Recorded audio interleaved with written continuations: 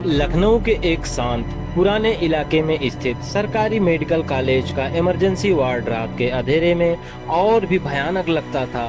मरीजों की धीमी आहें और वहां पे नर्सों और कंपाउंडर फुसफुसाहटें मिलकर एक अजीबो गरीब माहौल बनाती थी।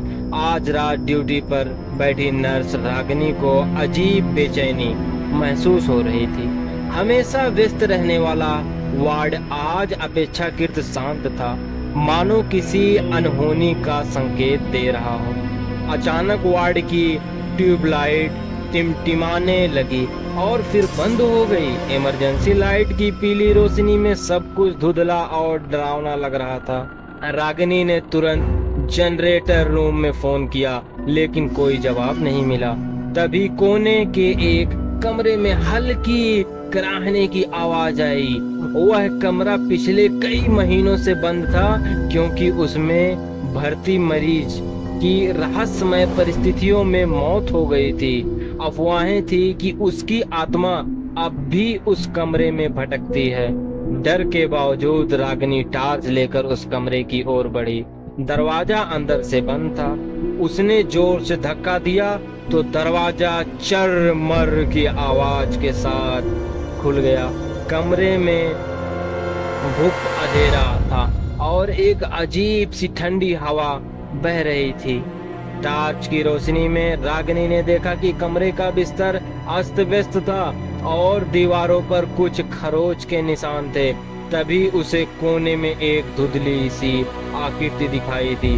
वह एक आदमी की परछाई जैसी थी जो धीरे धीरे हिल रही थी।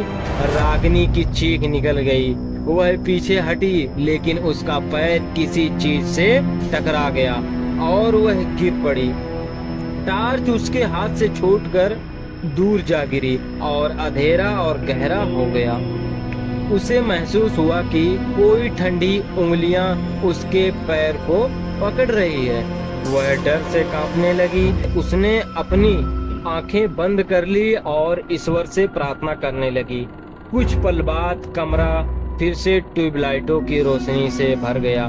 जनरेटर चालू हो गया था। रागिनी ने धीरे धीरे अपनी आंखें खोली। कमरे में कोई नहीं था। उसके पैर पर भी कोई निशान नहीं था।